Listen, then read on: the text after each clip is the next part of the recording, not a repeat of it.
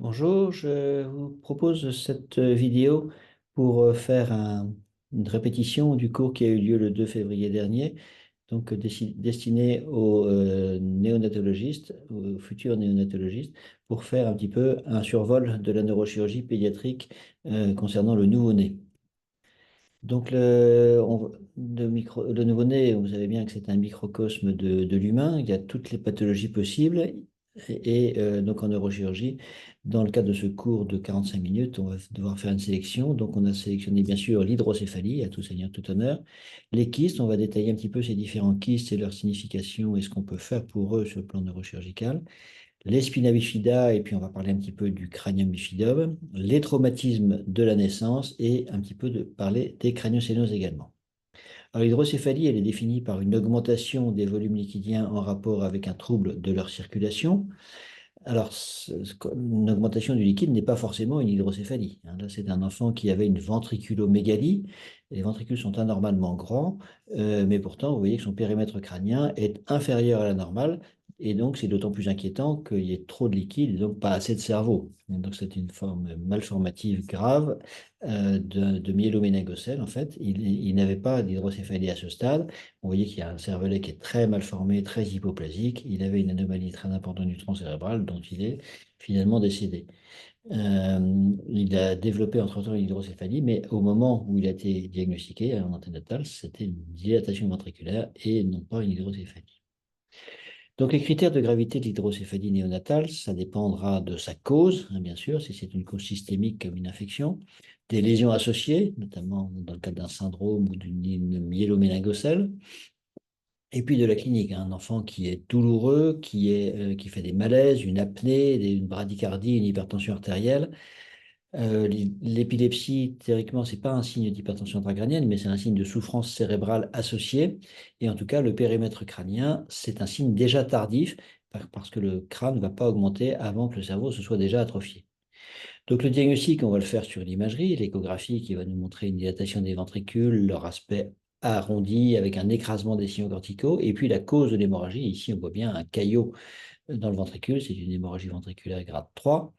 L'IRM, elle va bien sûr nous donner beaucoup plus d'informations, mais elle n'est disponible qu'à partir de la 30e semaine post-conceptionnelle.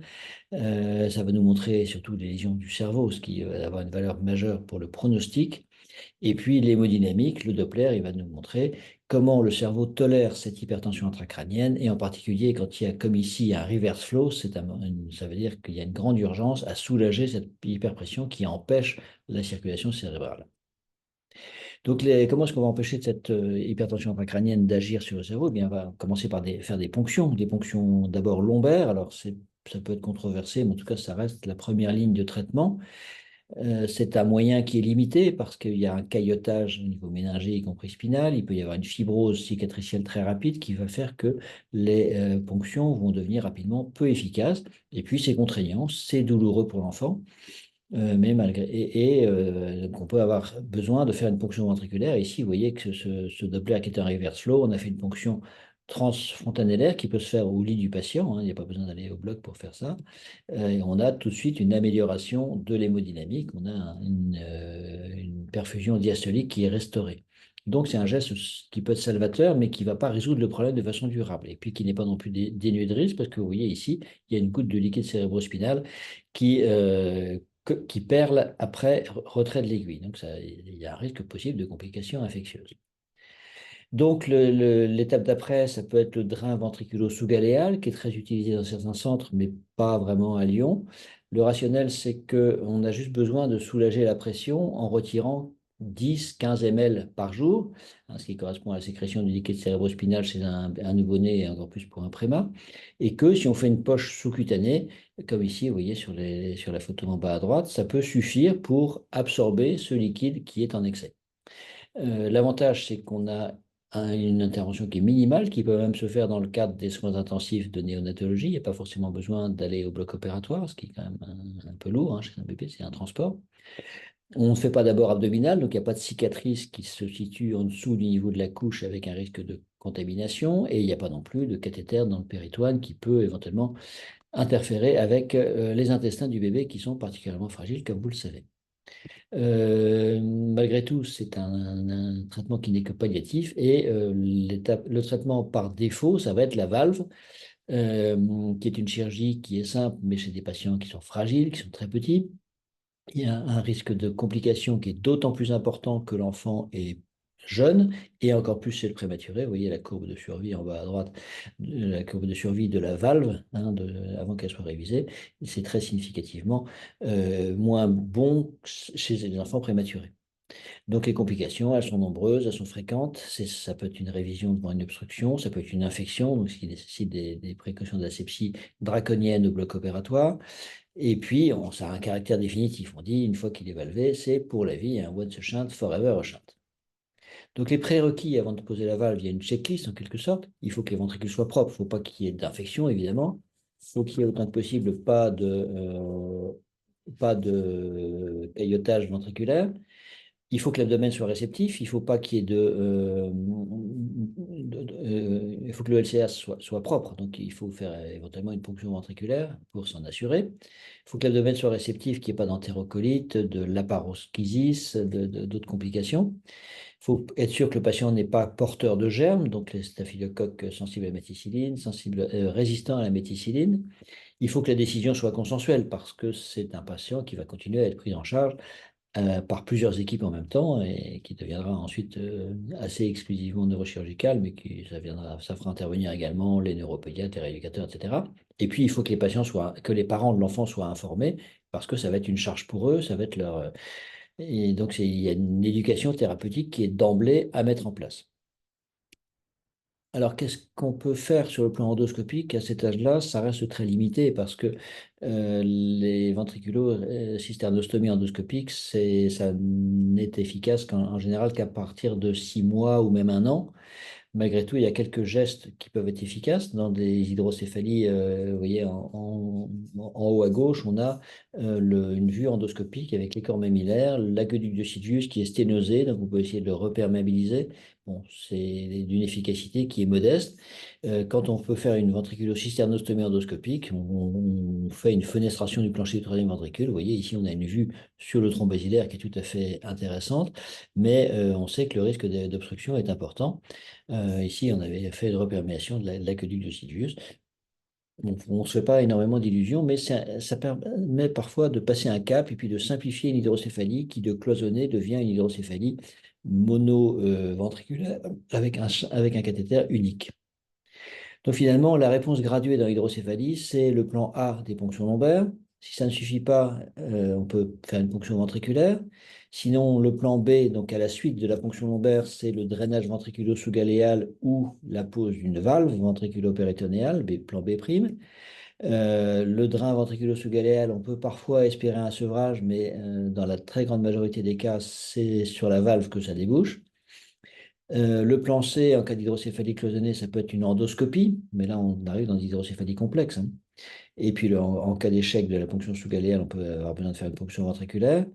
En cas d'infection de valve, on peut être amené à faire une dérivation ventriculaire externe. Donc, c'est un moyen temporaire de drainer le liquide le temps qu'il soit stérilisé avant de remettre une valve. Et si on a un liquide albumineux, on peut poser la question d'un drain sans valve. Globalement, on arrive dans des situations qui peuvent être très complexes chez des patients très fragiles. Et à un moment donné, parfois, on se pose la question d'une limitation des soins du fait de la gravité globale de l'état de l'enfant. Maintenant, la prise en charge des kystes. Alors, les kystes, c'est du liquide qui est séquestré dans un repli des membranes arachnoïdiennes, le plus souvent, et il n'y a pas forcément besoin de les traiter. Donc, les kystes arachnoïdiens, qu'est-ce que c'est? C'est une pathologie de la leptoméninge. On a du liquide qui va être piégé dans un espace arachnoïdien qui est cloisonné, donc avec un mécanisme de Clapet, hein, comme vous voyez ici. Ça, c'est un kyste supracellulaire, et vous voyez très joliment cette fente qui va s'ouvrir en systole, permettant au liquide d'entrer et qui se referme en diastole. Donc, ce fait qu'il y a une accumulation de liquide sous pression. Et vous voyez que sur l'IRM de droite, après le traitement endoscopique, on a pu rétablir un flux de liquide à travers la paroi supérieure et la paroi inférieure du kyste. Donc ça, c'est très satisfaisant. On va détailler ça sur des vidéos tout à l'heure.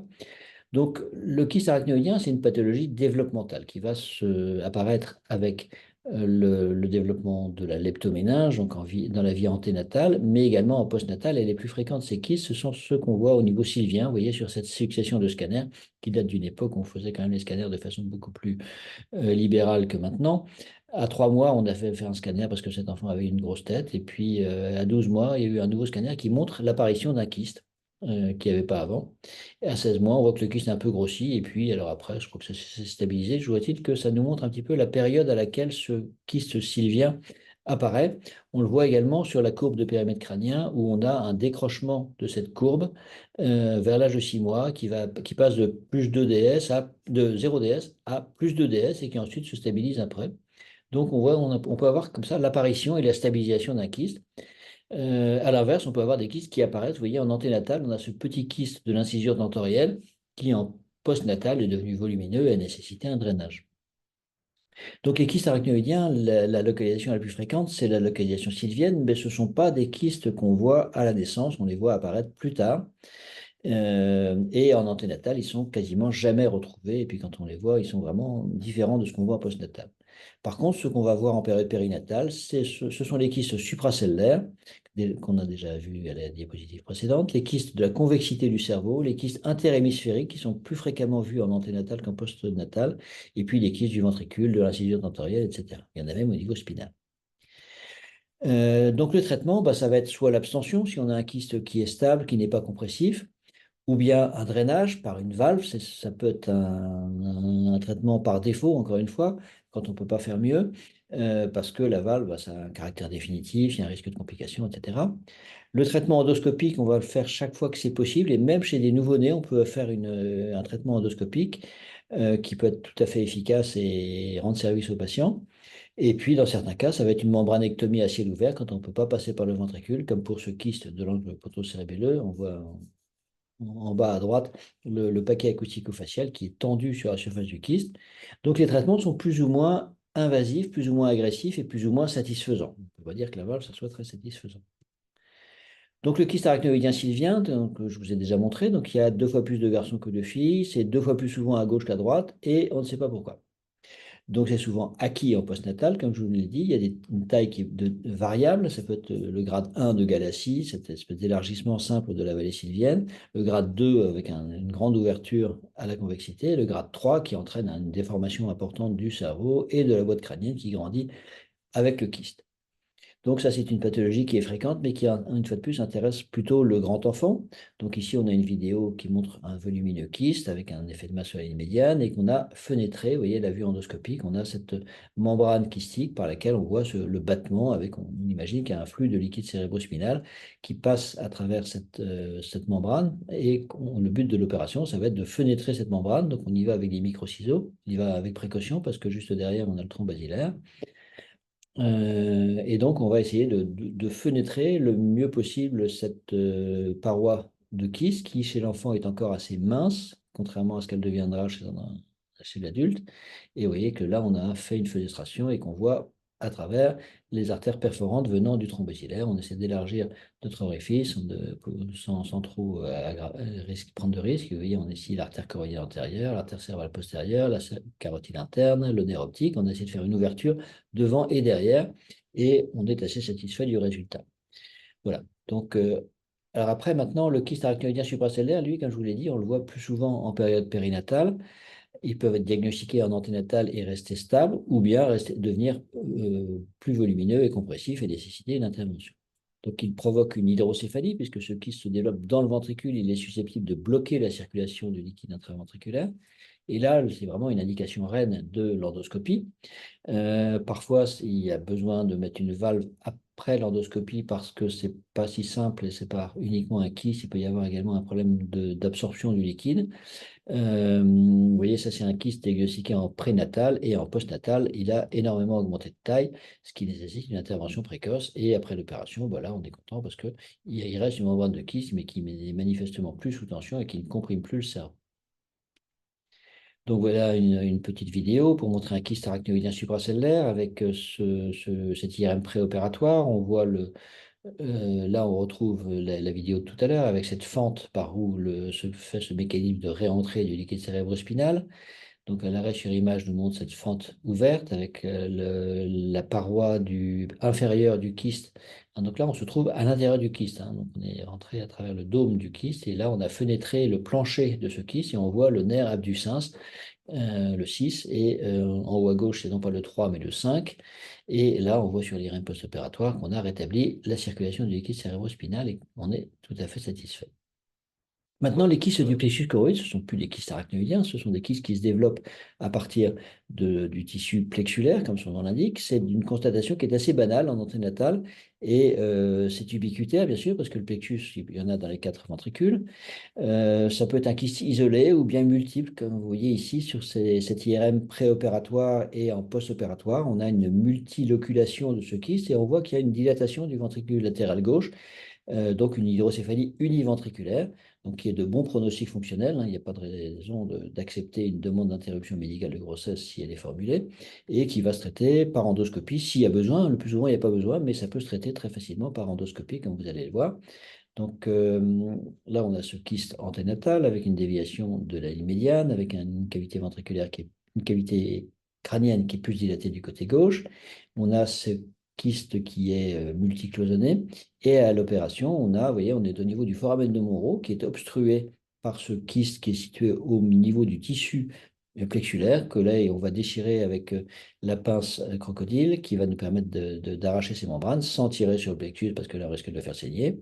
Et là, avec la coagulation monopolaire, on va perforer et rétracter cette membrane pour pouvoir vraiment désobstruer le foramen de Monro en fenêtrant ce kyste pour que son contenu circule librement dans les ventricules. Là, avec les micro-ciseaux, on ouvre la paroi de ce kyste pour le faire communiquer. Ça saigne un tout petit peu, c'est pas du tout gênant.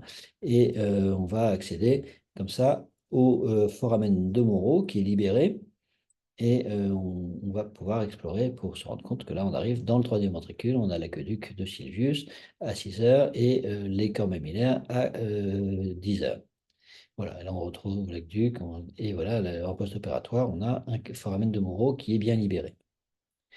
Maintenant, les kystes porencéphaliques, ça correspond à une perte de parenchyme cérébral. Donc là, c'est pas du tout la même chanson, c'est pas quelque chose qui est en plus, il y a du cerveau en moins. Donc, on a une paroi de kyste qui correspond en fait à un tissu cérébral atrophique. En fait, c'est l'évolution d'un AVC anténatal. Donc, ce qu'on voit ici sur la photo du milieu, bah, c'est ce kyste qui est sous pression. Vous voyez que ça bombe hors de la cavité crânienne dès qu'on a ouvert la dure-mère, donc il comprimait le cerveau. Et puis, on voit quelques vaisseaux qui courent à sa surface. En fait, c'est des résidus de vaisseaux de la pymère. Ça correspond donc à une atrophie de ce tissu, à une détertion d'une cavité d'AVC. Et puis sur l'IRM post-opératoire, vous voyez qu'il manque une partie du parenchyme cérébral chez ce patient. Donc, ces kystes neurogliaux, on les retrouve notamment dans la région interhémisphérique. C'est vraiment une entité anatomoclinique. On a ce kyste qui est cloisonné. Vous voyez sur l'IRM en bas à gauche, on a un peu l'impression de voir un cloisonnement d'un vitrail Art déco. Ça pose des problèmes techniques parce que il ne suffit pas d'ouvrir un kyste. Là, il faut arriver à les faire communiquer tous. Ça peut se faire soit par endoscopie, soit par une intervention à ciel ouvert. Maintenant, les kystes du septum lucidum, bah, vous voyez sur cette pièce de fétoscopie, de fétopathologie que ce bébé est décédé, probablement d'autres choses, puisque ce n'est pas le kyste qui a entraîné sa mort, mais ça peut faire partie d'un syndrome malformatif. En soi, ce n'est pas réellement une malformation, hein, le kyste du septum lucidum, ça peut être considéré comme une variante du normal, à condition qu'il n'y ait rien d'autre. Le plus souvent, ça n'a pas de conséquences, ça ne va pas obstruer les ventricules, sauf si le kyste est très volumineux. Alors, quand il est étendu de l'avant à l'arrière, on parle de kyste du cavum vergué, parce qu'il y a M. Verga qui a mis son nom dessus. Ça correspond donc à un défaut d'accollement des vésicules télencéphaliques dans la période embryonnaire. Donc, le plus souvent, ça nécessite juste de faire un bilan un petit peu approfondi, vérifier qu'il n'y a rien d'autre, notamment au niveau cortical par l'IRM prénatal. Voilà, maintenant on va passer aux spina bifida, donc les spina bifida, y compris les formes fermées. Donc vous voyez ici cette photo d'un enfant qui a, on a l'impression qu'il a une troisième fesse qui correspond à un myélolipome qui est assez caractéristique. Donc on a différents types de dysgraphie spinale qui correspondent, qu'on peut rattacher à différents stades de la formation embryonnaire du système nerveux. Donc on a la diastématomyélie avec comme un clou qui passe à travers la moelle épinière qui est séparée en deux hémimoelles. Ce clou est entouré ou non d'une gaine de Durmer, donc il va y avoir un effet de moelle attachée et il est souvent attaché à un phylum lipomateux. Ensuite, on a la myéloméningocèle, qui, comme son nom l'indique, il y a la moelle et il y a une cavité kystique qui est en avant d'elle. En fait, c'est le tube neural qui ne s'est pas fermé, la moelle qui ne s'est pas séparée de l'ectoderme et qui est restée exposée avec une poche méningée devant. Et comme on va le voir, ça a une grande gravité du fait des lésions cérébrales qui sont en général associées. Ensuite, on a la méningocèle, on parle également de LDM, c'est une entité assez floue, le LDM, qui ne me semble pas très satisfaisante. Je préfère continuer de parler de méningocèle. Méningocèle, c'est une poche de méninge qui est souvent reliée à la moelle épinière par une tige qui va avoir un effet de traction sur la moelle, et puis cette poche méningée qui peut être volumineuse, qui peut euh, être s'ulcérer et s'ouvrir. Ensuite, on a la fistule dermique. Alors là, c'est l'inverse de la méningocèle. La méningocèle, c'était les méninges qui sortaient. Là, c'est au contraire l'épiderme qui entre dans le névrax avec risque de contamination bactérienne, risque de formation d'un kyste dermoïde dans les tissus méningés et même dans la moelle. Et donc, ça, c'est une forme qui est très menaçante parce qu'il peut y avoir une méningite ou une myélite. Et puis ensuite, on a différents types de myélolipomes, qui peut être un type dorsal, un type terminal, et puis on a tous les intermédiaires entre deux. Et puis on a la myélolipocystocèle qui associe une poche méningée à un lipome qui est au niveau de la moelle épinière terminale. Donc la diastématomyélie, ça correspond à un défaut de la gastrulation. C'est la gastrulation, je vous rappelle que c'est le moment où l'embryon passe de 2 couches à 3 couches et où se forme la notocorde. Les anglo-saxons parlent de split notochord syndrome, c'est-à-dire qu'il y a la notocorde qui est séparée en deux, qui va induire 2 tubes neuraux sur ce niveau anatomique, ce qui explique l'éperon médian. La myéloméningocèle, la méningocèle, la fistule dermique, tout ça, ça correspond à un trouble de la neurulation primaire, donc de la fermeture du tube neural, alors que les myélolipomes, ça va correspondre à un trouble de la neurulation secondaire avec l'extension du tube neural dans le bourgeon caudal. Et puis, on a le phylum court qui est possiblement en rapport avec un trouble du stade suivant de la formation embryonnaire du système nerveux, qui est la différenciation rétrogressive, c'est-à-dire la disparition des derniers métamères de la moelle qui correspondent à la mobilité de l'appendice caudal chez nos cousins les primates et les autres vertébrés. Cette moelle en régressant va devenir normalement un phylum qui ne va pas tirer sur la moelle, mais quand il est mal formé, ça peut entraîner un phylum court ou un certain nombre de fixations médulaires. Donc la myéloméningocèle, elle a une gravité en soi puisqu'elle entraîne une paralysie qui est plus ou moins grave en fonction du niveau anatomique de cette malformation. Elle peut être associée à des anomalies du pôle céphalique, comme on va le voir. Donc, c'est ce qui fait une grande partie de la gravité de cette malformation. Et elle peut faire partie d'un contexte syndromique. Ça a beaucoup diminué au cours des dernières décennies, mais malgré tout, on a toujours des cas, plusieurs cas par an de ces enfants qui naissent avec cette malformation.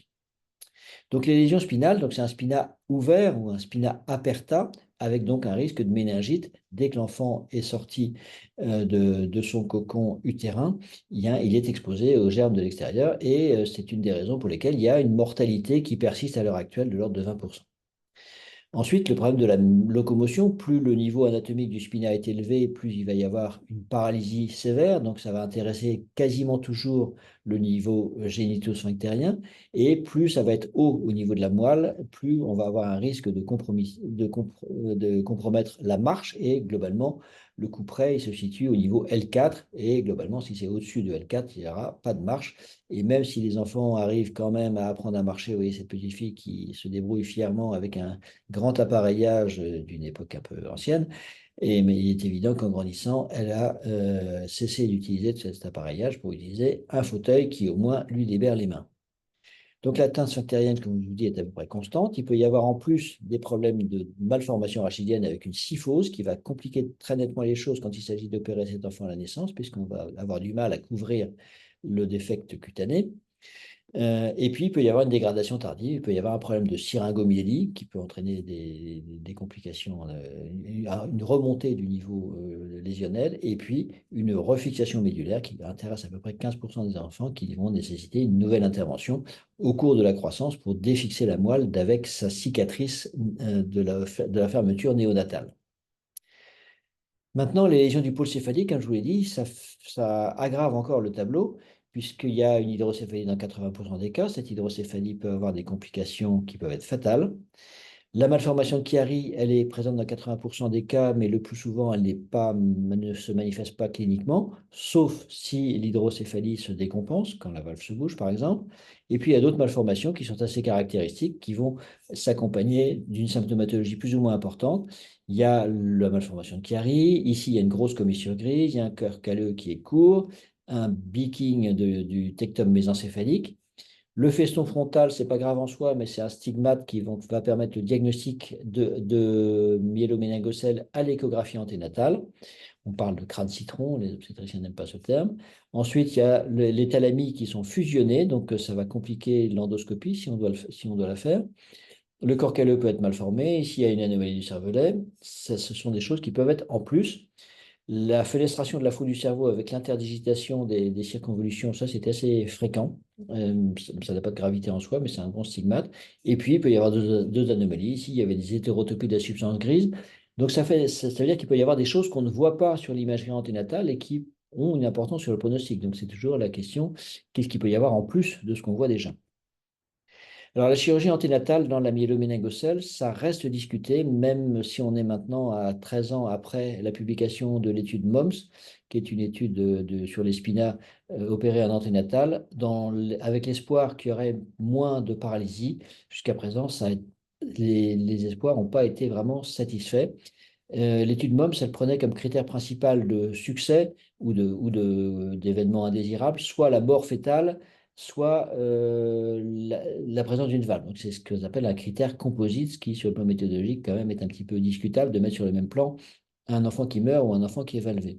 Toujours est-il qu'ils avaient trouvé qu'il y avait significativement moins d'hydrocéphalie, moins de chiari, mais comme l'a dit, le carie, ce n'est pas vraiment un problème. Et puis l'hydrocéphalie, il est possible d'éviter de valver l'enfant. Donc, ce n'est pas si évident comme bénéfice. Par contre, il y a des complications pour l'enfant et pour la mère, puisqu'il y a une prématurité qui est fréquente, même 13% de moins de 30 semaines. Et puis la maman, elle peut avoir des problèmes au niveau utérin, et donc pour sa fécondité future. Et donc, il y a beaucoup de gens qui trouvent que cette étude est discutable et qu'elle n'aurait jamais vu le jour si George Bush Jr. n'avait pas été réélu à la présidence des États-Unis. On sent qu'il y a vraiment la pression des pro-life. Et puis ça, c'est un cas d'un enfant qui avait été opéré en anténatal à Barcelone, que j'avais vu, et qui avait une paraplégie de niveau L1, alors que son spina était plutôt lombo-sacré. Donc, il fait penser que ce n'était pas un succès concernant la préservation de la motricité, voire même le contraire d'un succès. Alors, la prise en charge de l'enfant à la naissance, la première question qu'on va se poser, c'est est-ce qu'il est viable? Parce que quand il y a des anomalies très importantes du tronc cérébral comme ici, ça peut avoir des conséquences sur les fonctions vitales, hein, la circulation, la respiration. Et puis parfois, on se rend compte que c'est un bébé qui ne respire pas.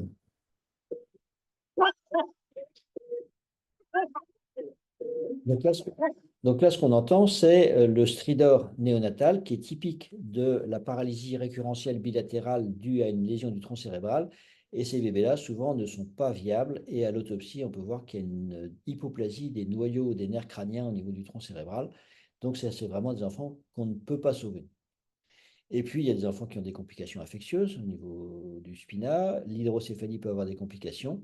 En tout cas, si l'enfant est viable, eh ben, il faut envisager de l'opérer dès que possible. Hein. C'est pour lui donner les meilleures chances de survie et dans les meilleures conditions. Donc, on fait un bilan qui comprend des radios de squelette, on fait un bilan avec une échographie rénale, une échotransfontanellaire, et puis on essaie de le fermer le plus possible à J0 ou J1 de vie avant qu'il ait le temps d'être contaminé. Donc, vous voyez un petit peu comment on fait. On essaie de tubuliser la placode neurale, on essaie de refermer la dure mère de façon étanche, et puis de ramener des tissus. Alors, éventuellement, on peut inverser l'aponévrose des muscles spinaux, et puis on essaie d'avoir une fermeture étanche. C'est parfois compliqué quand il y a un spina où il y a un défect cutané qui est très important. Ici, on a une bonne surface de méninge, donc on va pouvoir fermer le tube neural, mais pour fermer la peau, il a fallu faire une incision dans les flancs pour pouvoir ramener un lambeau cutané qui permet de faire une fermeture cutanée sans tension et qui ne va pas fuir tout de suite. Donc la vie de l'enfant qui a le myéloméningocèle, eh bien, si elle est marquée par le handicap moteur, sphinctérien, éventuellement des troubles cognitifs, donc on est dans le polyhandicap, clairement. Il y a un risque d'aggravation avec une perte de la marche. Vous voyez, ça, c'est des enfants qu'on avait suivis, qui au début marchaient, et puis plus le temps passait, plus un nombre d'entre eux perdaient la marche pour différentes raisons, de refication médulaire à la suite d'interventions rachidiennes ou orthopédiques. En tout cas, ce sont des enfants qui ont une vie qui est très, très diminuée, bien sûr, sur le plan professionnel, sur le plan sentimental, et donc qui ont très peu d'enfants. Malgré tout, il y a des patients qui qui ont des réalisations extraordinaires, comme une de nos patientes qui avait eu une médaille d'or aux Jeux paralympiques. Alors, on va parler maintenant des myélolipomes pour les mettre un petit peu en contrepoint de la myéloméningocèle. Le myélolipome, c'est une dysgraphie qui est fermée. Donc, il n'y a pas tout ce qui est de risque de complications infectieuses à la naissance. Il n'y a quasiment jamais de lésions cérébrales. Hein, il n'y a pas d'hydrocéphalie, pas de chiari, il n'y a pas de gradient de pression. Et donc, c'est purement un problème médulaire. Donc, le patient, il peut avoir un myélolipome associé à d'autres dysgraphies, donc la diastématobélie, la méningocèle. On a un espèce d'effet domino. À partir du moment où il y a un stade de l'embryogénèse qui est anormal, le stade suivant peut être perturbé. Et puis, on peut avoir, vous voyez, ça, dès qu'on touche ce myélolipome, il y a des contractions musculaires. C'est pas que de la graisse, il y a également du tissu musculaire à l'intérieur. Donc, on a la problématique d'une masse sous-cutanée. On se demande ce qu'il y a en dessous. On va faire une IRM. La masse, est-ce qu'elle est compressive? C'est plutôt un effet de traction sur la moelle, un problème de moelle fixée. Donc, on a ces lipomes, comme je vous ai dit, dorsaux, ces lipomes terminaux, et puis tous les intermédiaires entre les deux. Donc, c'est plus ou moins complexe à opérer. Donc le diagnostic, il peut être fait en anténatal. On a une moelle qui est basse, qui est anormale, mais pourtant on ne voit pas de graisse parce que c'est un âge où l'enfant ou le fœtus n'a quasiment pas de graisse jaune. Hein. Le fœtus, c'est comme un mammifère qui hiberne, il a essentiellement de la graisse brune. Donc le diagnostic, il est souvent fait seulement à la naissance parce que la moelle, il n'y a pas de kyste comme dans la myéloméningocèle, donc ça se voit beaucoup moins facilement en anténatal. On peut voir donc une masse cutanée avec une peau qui est anormale. On peut voir des troubles moteurs d'emblée. On peut voir des troubles sphinctériens. On regarde si l'enfant urine en jet ou pas. Il peut y avoir des troubles trophiques avec une hypotrophie d'un membre inférieur. C'est plus souvent le gauche, je ne sais pas pourquoi. Et puis parfois, c'est diagnostiqué tardivement devant un déficit qui s'installe progressivement. Donc, quand on opère, ben voilà ce qu'on trouve. On a une moelle épinière qui est connectée par l'intermédiaire d'un lipome avec les tissus sous-cutanés. On a une absence de séparation entre les différents plans de la moelle, des méninges, du rachis et des tissus sous-cutanés. Tout est fusionné. Alors, le myélolipome, lui, il a une vie qui est beaucoup de bien meilleure qualité que la myéloméningocèle. Il a une scolarité qui en règle est normale, il n'y a pas de troubles cognitifs. Il a des troubles neuro-orthopédiques, hein, vous voyez ici un pied creux avec des orteils en griffe. Il a surtout des problèmes sphinctériens, comme cette vessie neurologique avec un reflux vésico-rénal et une vessie rétentionniste avec des colonnes, des striations. Elle est hyper musclée parce qu'il y a une dyssynergie vésico-sphinctérienne. Ces problèmes peuvent se dégrader à l'âge adulte parce que la moelle lésée, elle vieillit pas bien. Et puis, il y a un risque de récurrence potentielle. En tout cas, c'est pas en donnant des folates à une jeune femme qui avait un myélolipome qu'on va diminuer le risque de myélolipome chez ces enfants, qui est quand même très faible. Hein, c'est pas du tout le même mécanisme que la myéloméningocèle. La méningocèle spinale, la question, ça va être de différencier ça d'une myéloméningocèle. Alors, on peut parler de myéloméningocèle épidermisée. Il y a un peu des formes intermédiaires entre la méningocèle et la myéloméningocèle. Mais ce qui va vraiment faire la différence, c'est que c'est épidermisé, justement, et qu'il n'y a pas de gradient de pression du liquide entre le crâne et l'extérieur. Donc, pas de chiari, pas d'hydrocéphalie, en règle générale, et un pronostic de marche qui est bon, puisque la moelle épinière n'est pas atteinte ou quasiment pas. Et le pronostic sphinctérien est également souvent favorable. Donc, vous voyez qu'en tout point, ça s'oppose à la myéloméningocèle. Maintenant, la méningocèle manquée, ben, on dit manquée un petit peu comme un soufflet manqué, parce qu'en fait, il n'y a pas de poche méningée. Donc, c'est pour ça que c'est très rarement diagnostiqué en anténatal. Il n'y a pas de milieu transsonique qu'on va pouvoir repérer à l'échographie. On a une peau qui peut être dystrophique, qui est atrophique, ombiliquée. On peut avoir cet aspect de brûlure de cigarette typique, hein, cigarette burn. Et ça, on peut diagnostiquer ça à l'échographie néonatale, hein, idéalement avant un mois. Et quand il y a une moelle qui est fixée, ben on décide en général d'une chirurgie de défixation médulaire prophylactique, idéalement entre 6 mois et 1 an. Et le pronostic est tout à fait bon, à condition que l'enfant ne soit pas déficitaire. Maintenant, ce qu'on appelle le LDM, le Limited Dorsal Myeloschisis, c'est une entité qui a été décrite il y a quelques années et qui reste très floue à mon avis, et je ne suis pas sûr que ce soit très utile pour la prise en charge des patients. Donc, on a une méningocèle qui est reliée à la moelle par une extension du canal épandymère qui se continue par des membranes jusque dans cette poche sous-cutanée. Et donc, sur l'IRM, on a cet aspect de la moelle qui fait un peu comme le montre du Loch Ness, hein, qui est attiré dans la poche par cette bride qui est à son sommet. Donc, ce qu'il faut retenir, c'est que le pronostic est globalement bon. C'est des enfants qui ont rarement un déficit, qui n'ont le plus souvent pas de lésion cérébrale. Le problème, c'est qu'il peut y avoir des formes de passage avec la myéloméningocèle et que parfois on prend un peu le pari en anténatal que c'est bien un LDM et non pas une myéloméningocèle. Et donc, ça, c'est un enfant chez qui on a fait le diagnostic de LDM parce que la poche semblait épidermisée, mais elle était extrêmement étendue. Donc, c'était difficile d'être certain à 100%. Il n'y avait pas de lésion cérébrale, c'est quand même le principal. Toujours est-il qu'on a quand même l'impression qu'il y a des catégories qui sont un peu artificielles et qui ne sont pas, correspondent pas forcément on trouve toujours des cas un petit peu intermédiaires entre les différentes typologies qu'on décrit sur le plan anapath. La diastématomélie, maintenant, donc je vous ai dit que c'est une anomalie de la gastrulation qui correspond à un dysgraphisme antérieur, donc une anomalie de l'induction par la notocorde, comme je vous l'ai dit.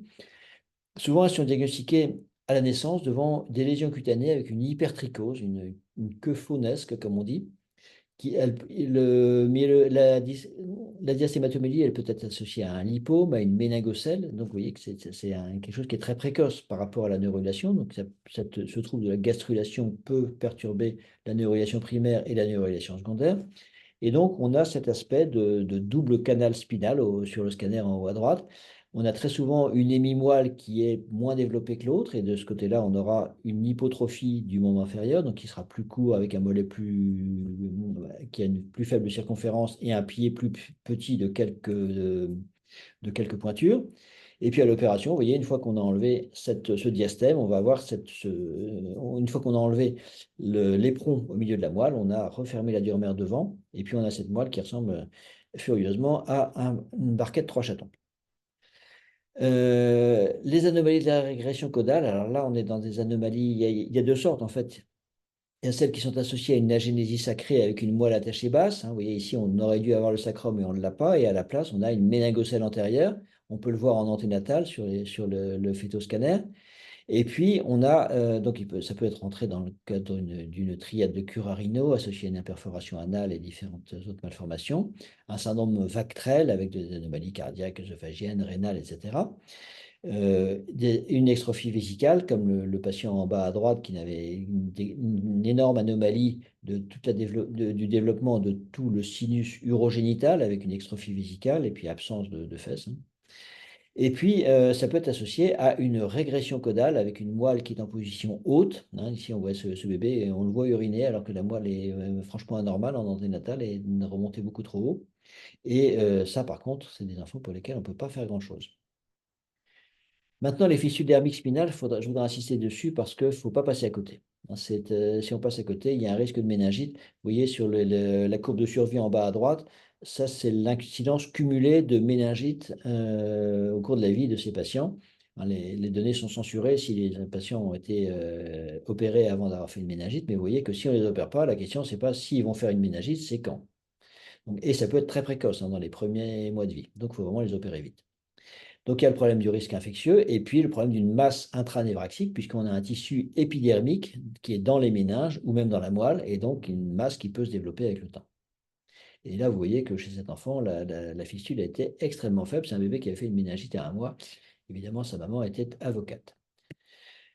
Donc, si on résume, les différentes dysgraphies spinales, ça c'est une casuistique que j'avais colligée à Lille. Donc, des patients opérés au cours des 20 dernières années. Les myéloméningocèles, on en avait 69, dont à peine la moitié était diagnostiquée en anténatal, ce qui est souvent dans un contexte social particulier, dont 12 étaient décédés, donc 17%, ce qui est beaucoup.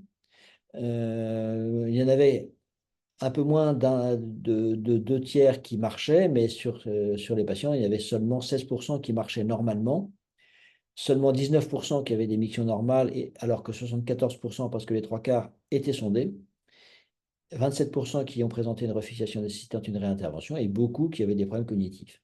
Donc, si on oppose à ça ce qu'on a dans le myélolipome, avec une mortalité quasiment nulle, qui était dans un contexte syndromique, quasi-totalité des patients qui marchent, la grande majorité qui marchent normalement, la majorité également qui a des mictions normales et 22% qui sont sondés, 27% qui ont été réopérés. Et puis les lipomes du phylum, c'est un petit peu pareil, avec toutes les dysgraphies fermées. Donc vraiment, ce tableau, il permet de mettre en exergue la différence entre la myéloméningocèle et toutes les dysgraphies fermées qui ont un pronostic totalement différent. Et pour votre gouverne, ce sont des données que j'avais colligées pour documenter le diagnostic anténatal, puisque à l'évidence, ces données, elles ont une importance sur la décision des parents de demander ou non une interruption médicale de grossesse et sur la réponse qu'on fait à cette demande. Quand elle concerne des dysgraphies fermées, on est quand même très très réticent à à valider cette demande. Le cranium bifidum, maintenant, c'est comme un spina bifida, mais qui intéresse le crâne. Donc, on a les encéphalocèles crâniennes qui vont qui vont survenir sur les médianes, concernant le sphénoïde, l'ethmoïde. Vous voyez la déviation de la pyramide nasale chez cette petite fille. La région frontonasale, donc ça, c'est la plus fréquente des dysgraphies dans dans les pays du sud-est asiatique, notamment. Le bregma, normalement, il n'y a pas d'anomalie dysgraphique de troubles d'aneurulation, donc c'est probablement un phénomène classique secondaire, genre bridie amniotique ou que sais-je. Encéphalocèle du vertex, c'est assez fréquent et en général de bons pronostics. Euh, et là non plus, ce n'est pas expliqué par une anomalie d'aneurulation. Et puis là, les encéphalocèles occipitales à travers l'autorculaire, à travers l'occiput, en sous-occipital, qui réalise la malformation de Chiari type 3. Tout ça, ce sont des malformations qui sont très graves au niveau occipital, avec souvent des lésions, un pronostic développemental et même un pronostic vital qui sont compromis. Donc le pronostic, il va dépendre de la topographie. L'encéphalocèle du vertex, c'est bénin, c'est un problème essentiellement méningé. L'encéphalocèle occipital, il y a un risque de malformation du tronc cérébral, comme vous voyez ici, un cervelet qui est quasiment inexistant, un tronc cérébral qui est déformé. L'encéphalocèle ethmoïdal, il y a un pronostic qui est également réservé parce qu'il y a des anomalies du cerveau au niveau frontal et même au niveau diencéphalique. Et puis, plus la méningocèle est volumineuse et plus il y a de substance cérébrale à l'intérieur, plus le pronostic neurologique va bien sûr être compromis. On va parler maintenant des traumatismes crâniens néonataux. Il faut dire néonatal et pas obstétrical. Ce n'est pas la faute de l'obstétricien, c'est parce que la naissance, c'est un moment dangereux de la vie. On est tous passés par là. Et ce dessin horrible de Tommy Ungerer est là pour illustrer la question du conflit d'intérêts fœto-maternel. Donc les sutures crâniennes, elles ont un rôle de déformation du crâne et elles jouent un rôle important pendant la naissance. On le sait parce qu'à contrario, il y a beaucoup plus de césariennes chez les enfants qui ont une craniosténose que chez ceux qui n'en ont pas. Donc ça veut dire que la fermeture de la suture, ça gêne la mécanique de l'accouchement. Les replis de la dure-mère, ils sont là pour empêcher que le crâne se déforme trop. On peut même penser qu'ils ne sont là que pour ça, puisque c'est dans les traumatismes néonataux qu'on rencontre les seuls cas où on a une déchirure de la tente du cervelet, comme vous voyez sur cette photo autopsique en bas au milieu, où on voit la tente du cervelet qui est totalement arrachée. Et ça correspond très bien à ce qu'on voit sur l'IRM en bas à droite, où on a du sang en sous-dural à la surface du lobe temporal, mais également au niveau de l'incisure tentorielle. Donc, il y a probablement eu un traumatisme de la tente du cervelet du fait de soit d'une naissance dystocique ou de l'utilisation de forceps ou de ventouses, enfin des naissances qui se passent de façon très difficile. L'hématome sous-galéal, c'est un hématome qui est situé sous le plan sous-cutané. Donc, quand on se frotte la peau du front, ça fait bouger le plan sous-galéal. Ce plan sous-galéal n'est limité par aucune barrière anatomique, c'est-à-dire que quand ça saigne, ça peut saigner jusqu'à obtenir et réaliser un volume très important. Vous voyez, ce bébé, il y a une masse sanguine. Une masse sanguine, on y évite. Donc, c'est un problème de réanimation qui est grave et qui peut entraîner le décès. Si on ne fait rien, ça peut entraîner une CVD également. Donc, c'est quelque chose de très sérieux. En tout cas, il ne faut pas comprimer parce que là, on risque de comprimer le cerveau et puis ça ne va pas arranger les choses. L'embarrure en balle de ping-pong, maintenant, c'est quelque chose qui est assez fréquent, qui correspond à un défaut d'engagement du bébé dans le détroit supérieur. Donc, c'est souvent des bébés qui sont nés par césarienne, comme ce scanner en bas à gauche, où on a un bébé qui passait pas et ça s'est terminé par une césarienne avec même une désincarcération du crâne qui était déjà engagé. Donc, c'est vraiment des situations qui peuvent être difficiles. Mais l'embarrure en elle-même n'a pas forcément de conséquences neurologiques. Quand c'est volumineux comme ça, il est clair qu'il y a un risque de compression cérébrale et ça nécessite une opération. En tout cas, on a rarement des petites embarrures parce que faut que l'embarrure soit suffisamment grande pour se stabiliser, hein. La mécanique, ça vous ai mis cette métaphore du couvercle des cachous, de la boîte de cachous. On a deux positions de stabilité de cette voûte ça va dépendre de l'élasticité de l'os du nouveau-né qui est très, très, très élastique et puis de la conformation géométrique de la voûte crânienne. Donc, à partir de quel moment on peut opérer ces embarrures? En fait, là, ça correspond à tout un panel du plus bénin au plus grave et que j'avais soumis à mes collègues neurochirurgiens pédiatriques pour un sondage. Et globalement, au-delà de cette flèche, tout le monde opérait tous les cas suivants. Hein, donc, on se base sur le scanner, on se base surtout sur la morphologie de l'enfant parce que le scanner, il peut sous-estimer en fait. L'hématome sous-dural néonatal, maintenant, ça peut survenir après une naissance instrumentale quand il y a un excès ou de compression de la voûte crânienne ou une traction sur l'os pariétal ou une compression occipito-frontale. Ça correspond à un saignement qui est souvent péritentoriel, comme je vous l'ai dit. Là, on voit sur cette coupe coronale qu'il y a du sang de part et d'autre de la tendue cervicale. On imagine même qu'il y a une solution de continuité à cet endroit-là. Donc, c'est un hématome qui peut être volumineux, qui se manifeste en général après un intervalle libre de 12 à 24 heures et puis par un enfant qui va présenter des apnées, une hypotonie, bradycardie, des crises, enfin une symptomatologie qui est très enfin, qui n'a rien de spécifique. Euh, il faut penser que ça peut être révélateur d'une hémophilie, comme chez ce bébé qui avait un hématome sous-dural qui était relativement volumineux. Vous voyez qu'il y a une ischémie dans les régions occipitales, hein. Et puis, en fait, il n'y a pas eu besoin de l'opérer et on s'en est félicité parce qu'en fait, on a découvert secondairement qu'il était hémophile. Vous voyez qu'il y a une ischémie due à l'engagement au niveau temporal, mais également dans le territoire de l'artère cérébelleuse supérieure. Et puis, malheureusement, ce bébé a développé des anticorps antifacteur 8 et le facteur 7 activé n'a pas marché. Et à l'époque, il n'y avait pas encore les traitements ciblés qu'on a actuellement et malheureusement, il est décédé. On va terminer par les craniosténoses. Donc, les craniosténoses, je ne sais pas si vous connaissez les Tintins, mais il y a pas mal de personnages qui ont des pathologies crânio-faciales, hein. On reconnaît chez Tintin un aspect d'oxycéphalie, hein, le crâne pointu et rond, et puis cet aspect de crânio-fasciosténose avec un exorbitisme qui est typique de la malformation de Crouzon. Donc la définition, c'est la fermeture anormale d'une ou plusieurs sutures. Donc les sutures, normalement, elles sont mobiles. Donc là, ce n'est pas une malformation, c'est une déformation anténatale, hein. Il y a un aplatissement frontal qui est dû à une compression anténatale et ça s'est totalement corrigé à un mois de vie. Normalement, les sutures ont une certaine mobilité, donc on peut diagnostiquer à la naissance qu'une suture est parfaitement perméable, comme ici. Donc les craniocénoses, elles peuvent être isolées ou rentrer dans le cadre d'un syndrome. Elles peuvent intéresser soit uniquement la voûte, et c'est la scaphocéphalie, hein, donc c'est la suture sagittale, c'est la seule qui intéresse uniquement la voûte crânienne. Toutes les autres sutures intéressent la voûte et la base du crâne. Et puis on a des craniofasciocénoses qui intéressent à la fois la voûte et la face. Donc il y a des diagnostics différentiels, comme on vient de le voir, la déformation anténatale et la microcéphalie. Donc, comment est-ce que ça se déforme? Eh bien, ça suit la loi de Virchow qui dit que le crâne, il grandit dans le sens perpendiculaire aux sutures et que la craniocénose, elle entraîne une déformation qui est perpendiculaire à la suture qui est fermée, puisqu'il y a une compensation. Hein, vous voyez que dans la scaphocéphalie, on a une fermeture de la suture sagittale et il va y avoir une compensation par les deux sutures coronales et on va avoir un crâne allongé. Dans la brachycéphalie, c'est l'inverse. On a une fermeture des deux sutures coronales. Le crâne ne peut pas s'allonger et il va s'élargir en compensation. Donc, on va avoir un crâne beaucoup plus court et beaucoup plus large. Dans l'oxycéphalie, on a toutes les sutures qui sont fermées et donc on a un crâne qui est trop petit, mais qui est par contre harmonieux sur le plan de la morphologie.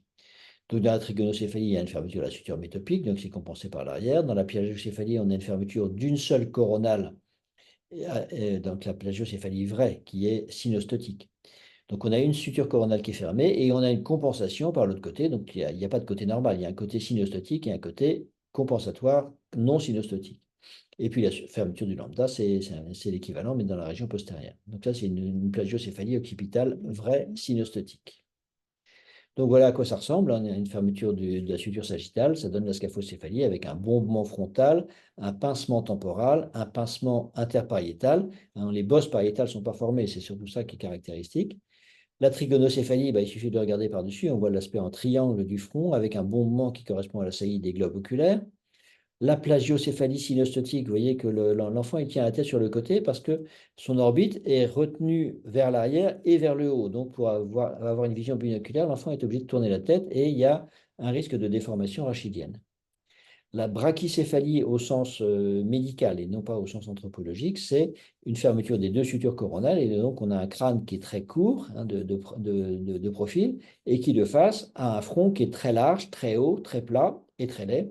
Donc il y a un problème morphologique et un problème de compression cérébrale puisque les deux sutures coronales contribuent beaucoup à l'augmentation du volume crânien. La synostose lambdoïde, elle entraîne un abaissement de l'oreille et un recul du lobule de l'oreille, ce qui permet de faire la différence avec une déformation positionnelle. Et puis l'oxycéphalie, vous voyez, ça c'est une vieille photo du temps où on rasait les enfants. Et vous voyez que le crâne est parfaitement harmonieux, sauf qu'il est trop petit. Et vous voyez sur le scanner, sur la radio, qu'il y a des empreintes digitiformes. C'est un enfant qui risque de devenir aveugle. Les craniofasciosténoses, maintenant, ce sont en général des brachycéphalies ou des oxycéphalies qui s'accompagnent d'autres anomalies. Vous voyez qu'ici, il y a une rétrusion maxillaire, il y a également une malformation de Chiari. Le syndrome d'Apert, là aussi, il y a une fasciosténose avec une rétrusion maxillaire, avec en plus une syndactylie. Le syndrome de Pfeiffer, c'est tout à fait comme un crouson, sauf qu'il y a des anomalies des doigts, notamment un gros pouce et un gros orteil volumineux. Le syndrome de Sartre-Schötzen, donc c'est une crânio-fasciocénose qui s'accompagne d'un aspect tout à fait typique du lobule de l'oreille, avec ce qu'on appelle le crux cymbé. La mutation TCF12, elle aussi, elle entraîne un aspect qui ressemble beaucoup au Sartre-Schötzen, mais avec une anomalie du lobule de l'oreille qui est différente. Et puis, on a d'autres mutations comme ERF qui donne cette scaphocéphalie atypique. Il était déjà en train de fermer sa suture coronale. Et puis, les dysplasies orbitofrontonasales qui s'accompagnent en plus d'un hypertellurisme et d'une agénésie du corps calleux et qui a un caractère génétique. Donc, les conséquences de ces craniosténoses et craniofasciosténoses, ce sont des conséquences morphologiques, bien sûr, avec c'est une disgrâce morphologique qui est importante, hein, qui justifie une opération lourde. Il y a un risque d'HTIC à partir du moment où il y a plusieurs sutures, mais même certaines craniocénoses avec une seule suture, ça peut suffire pour entraîner une HTIC, sur le long terme en particulier, avec un retentissement visuel, avec un retentissement cognitif, donc qui est plus important quand c'est des fermetures multisuturaires parce que c'est plus précoce. Et puis il y a des complications vitales sur le plan et des complications fonctionnelles, notamment oculaires dans la plagiocéphalie. Je vous dis, vous avez vu cet enfant qui tourne la tête pour arriver à voir les deux yeux ensemble. Des problèmes d'HTIC avec un œdème papillaire. Et puis les fasciosténoses, ça peut avoir des conséquences vitales. Vous voyez ce nouveau-né qui a dû avoir une trachéotomie dès la naissance et qui a enchaîné les complications et qui n'a pas survécu. Donc, et puis, il peut y avoir une hydrocéphalie, il peut y avoir un engagement tonsillaire. Bref, ce sont des patients qui sont à risque vital dans certains cas. Donc, les craniocénoses, elles sont parfois diagnostiquées en anténatal, soit parce qu'il y a une famille connue d'une mutation identifiée, donc on va le rechercher. Donc, c'est parfois très. L'enfant a parfois un phénotype qui est très différent de ses parents, puisque la mutation qui est la même, c'est un gène qui va se combiner avec d'autres gènes pour faire des phénotypes qui peuvent être très différents. Parfois, on le diagnostique en anténatal alors qu'il n'y a aucun antécédent connu. C'est assez rare parce qu'en fait, souvent ça passe inaperçu à l'échographie, mais parfois on voit comme ici un aspect de crâne en trèfle en haut, un aspect de trigonocéphalie sur le fétoscanner au milieu et un aspect de brachycéphalie avec un aspect thuricéphale visible dès avant la naissance. Donc la question qu'on va se poser, c'est est-ce qu'il y a un risque vital? Si c'est une fermeture multisuturaire, il peut y avoir une fasciosténose avec, donc il peut y avoir des risques vitaux. Et puis les risques de l'accouchement. Est-ce que cette craniocénose peut entraîner des risques? Est-ce qu'il faut envisager une césarienne? En tout cas, faut, pas forcément, ça, la plupart des craniocénoses naissent de façon eutoxique, mais il faut être si on sait qu'il y a une craniocénose, il faut vraiment être très vigilant et avoir la césarienne facile, parce qu'il peut y avoir des traumatismes obstétricaux, bon, on a vu quand même assez peu, mais vous voyez ici, il y a un céphalématome qui, normalement, le céphalématome, il est limité par l'adhérence du périoste à la suture. Or là, il n'y a pas de suture, donc le céphalématome, il fait toute la voûte crânienne. Et puis, dans certains cas, ça peut être des lésions traumatiques graves, comme ici, ce bébé qui avait un aspect trigonocéphale, dans le cadre d'un syndrome très, très sévère, qui a fait une hémorragie cérébrale. En tout cas, on a un taux de naissance dystocique qui est important, dans les 37% dans les scaphocéphalie, 31% dans la trigonocéphalie et 33% dans les landes de Hine. Donc, en conclusion de ce survol de la neurochirurgie néonatale, on voit que ce sont des pathologies très diverses. Là, on n'a pas parlé ni des problèmes infectieux, ni des problèmes rachidiens, autres que des SPINA. Enfin, il y a plein d'autres choses, des problèmes tumoraux aussi. Le diagnostic prénatal, bah, il pose la question, est-ce que c'est une maladie grave et incurable? Et vous savez très bien ce que ça signifie sur le plan de la décision de la poursuite ou non de la grossesse. On va se poser également la question de l'impact sur l'accouchement, de la prise en charge néonatale urgente, notamment pour les hydrocéphalies et pour les SPINA, et puis bah, ça nous engage pour la vie de l'enfant qui devient adulte et qui a tendance à suivre le clinicien qui l'a vu naître, comme ici les oisons qui suivent Konrad Lorenz, qu'ils ont vu dès leur éclosion de l'œuf. Ils ont beaucoup de mal à lâcher leur praticien pédiatrique quand ils deviennent adultes et la transition enfant-adulte. C'est un vrai problème pour ces patients. Voilà, je vous remercie de votre attention. Vous pouvez retrouver d'autres informations sur le site Arnerance ou bien d'autres vidéos en ligne sur YouTube, notamment plusieurs cours sur les pathologies neurochirurgicales du nouveau-né.